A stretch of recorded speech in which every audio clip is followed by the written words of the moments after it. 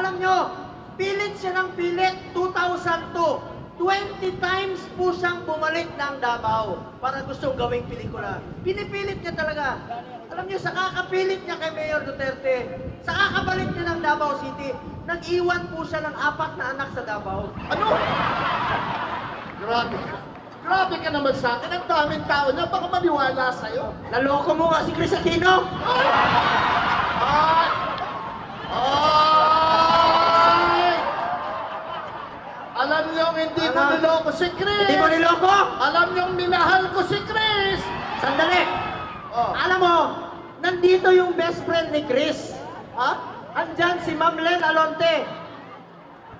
Siya nagsabi sa akin na niloko mo si Chris Hindi ko Aquino. niloko si Chris!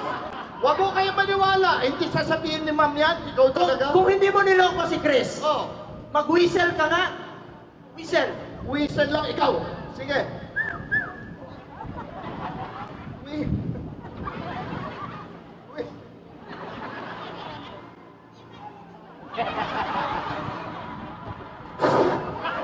Oh, kita niyo mga Bisaya, hupas. This is on you, Philip Salvador. Tatay ka ni George. Ang mali ko kasi is that I let you off easily. Pinuri pa kita. Kasi kinumpare kita sa tatay ni Bim. Dahil ang sinabi ko, buti ka pa, hindi mo kami kinulo. Ang hindi ko nabanggit sa mga tao, 16 years kang walang inabot kahit piso kay Josh. But obviously, sasabihin ng mga tao, hindi mo naman kailangan, Chris, mayaman ka. And that's true.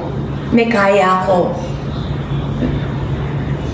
May nanay ako, may mga kapatid ako, kumikita ako.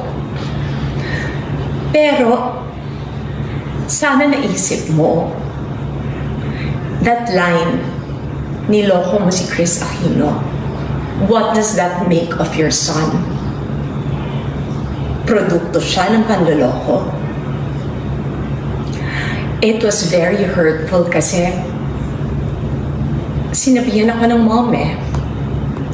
Don't you realize, kay Philip Salvador, you're only a trophy. Uunahan ko na kayong lahat. I was 23 years old when the relationship started. How many times did I hear? Nakaisa si Ipe, siyang nakauna kay Chris. Yes, totoo yun. I was a virgin and I got pregnant. And I left my family. I chose him. And I turned a blind eye. I turned a blind eye to the gambling. I turned a blind eye to the nights na hindi ma-explain kung bakit hindi umuuwi. Alam ko tapos na yung shooting. Sampal din sa mukha ko nung dinetalya ni Rosana Roses yung affair nila habang kami pa mag-asawa. But again, that's my fault. Sumama ako sa isang lalaki na hindi pa annulled.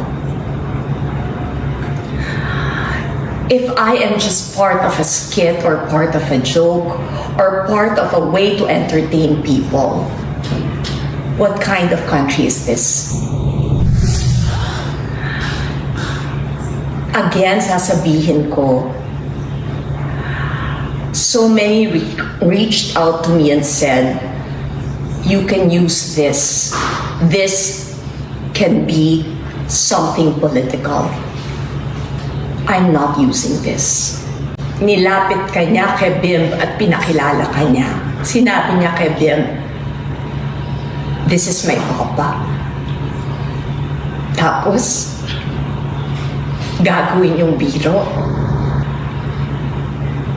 Gagawin yung punchline na naloko si Chris Aquino.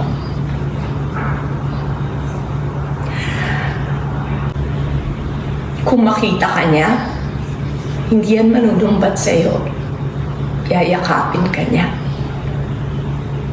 But he actually asked me, Mama, niloko ka? Galit ba tayo? Galit ba tayo kay Dada? Dada tawag niya kay Philip. And I said, Josh, pray na lang tayo. Maayos din to. Sana yung mga batang ganon, hindi mabago ng ganitong klaseng mundo.